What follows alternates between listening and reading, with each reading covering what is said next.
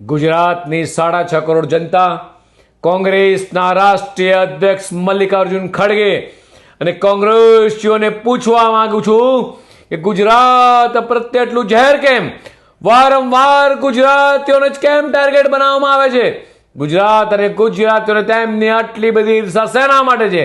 કેરળની ચૂંટણીના ઉન્માદમાં કોંગ્રેસના રાષ્ટ્રીય અધ્યક્ષ મલ્લિકાર્જુન ખડગેજી ભાન ભૂલ્યા છે ત્યારે ચૂંટણી પ્રચાર દરમિયાન ખડગે દ્વારા ગુજરાતીઓને અભણ અને મૂર્ખ કહેવામાં આવ્યા છે. પીએમ નરેન્દ્ર મોદીજી અને કેન્દ્રીય ગૃહ મંત્રી અમિત શાહ જેવા ગુજરાતી નેતાઓ સામે સીધી રાજકીય લડત ન આપી શકનારા હવે ગુજરાતીઓનું અપમાન કરી રહ્યા છે. માત્ર ગુજરાત નહીં, દેશ વિદેશમાં રહેતા તમામ ગુજરાતીઓનું વારંવાર અપમાન એ ગુજરાતી ક્યારેય સહન નહીં કરે. આ નિવેદનથી કોંગ્રેસની ગુજરાતની વિરોધી માનસિકતા ફરી બહાર આવી છે. અગાઉ પણ ટીએમસીના સાંસદ દ્વારા ગુજરાતીઓને સ્વતંત્ર સેનાનીઓ અંગે અપમાનજનક નિવેદન કરાયું છે. પ્રશ્ન ઉઠી રહ્યો છે કે રાષ્ટ્ર નિર્માણમાં ગુજરાતીઓના વિશાળ યોગદાનને શું ખડગે ભૂલી ગયા છે કે પછી ગુજરાતના વિકાસને અહીંની એકતા સામે ગભરાયેલા છે?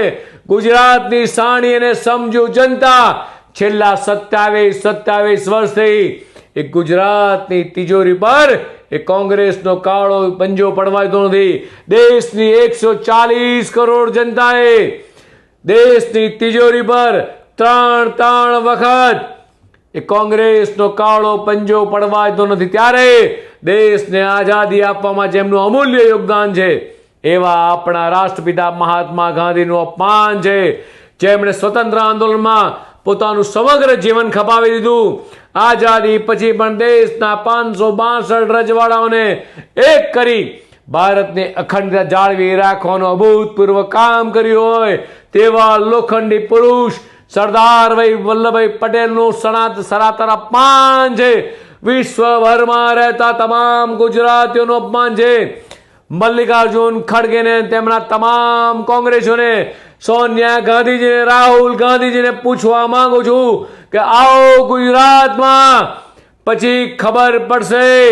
આ વખતે અભણ કહેવાયેલી જનતા તમને ચોક્કસ જડબાતોડ જવાબ આપશે.